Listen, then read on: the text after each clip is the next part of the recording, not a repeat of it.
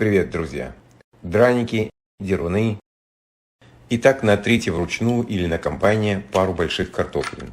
Я хочу предложить один из вариантов приготовления и подачи драников так называемой новой кухни. Хорошенько промойте от излишков крахмала. Это видно по мутности воды.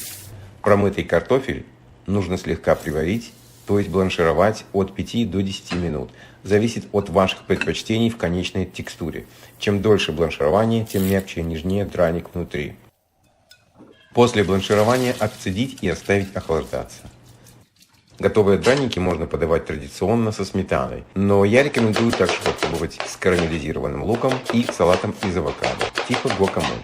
Приготовим карамелизированный лук. В сковороде на среднем нагреве добавить растительное масло, у меня оливковое, нашинкованный лук, соль, перец и немного яблочного уксуса.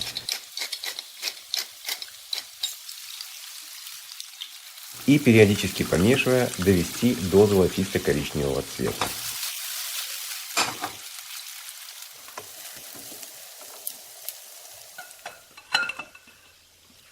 В остывший картофель добавить 3 яйца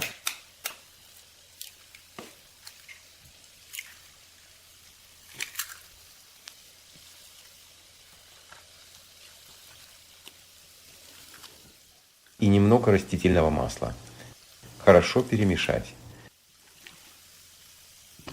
Для однородности драников можно использовать силиконовые формы. Заполнить формы смесью и жарить на среднем огне по 5 минут с каждой стороны.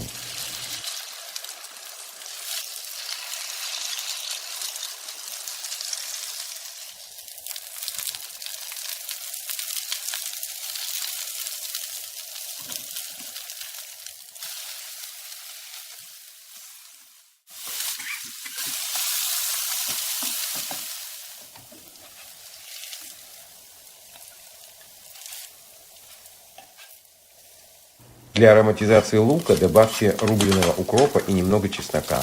Хорошенько перемешайте.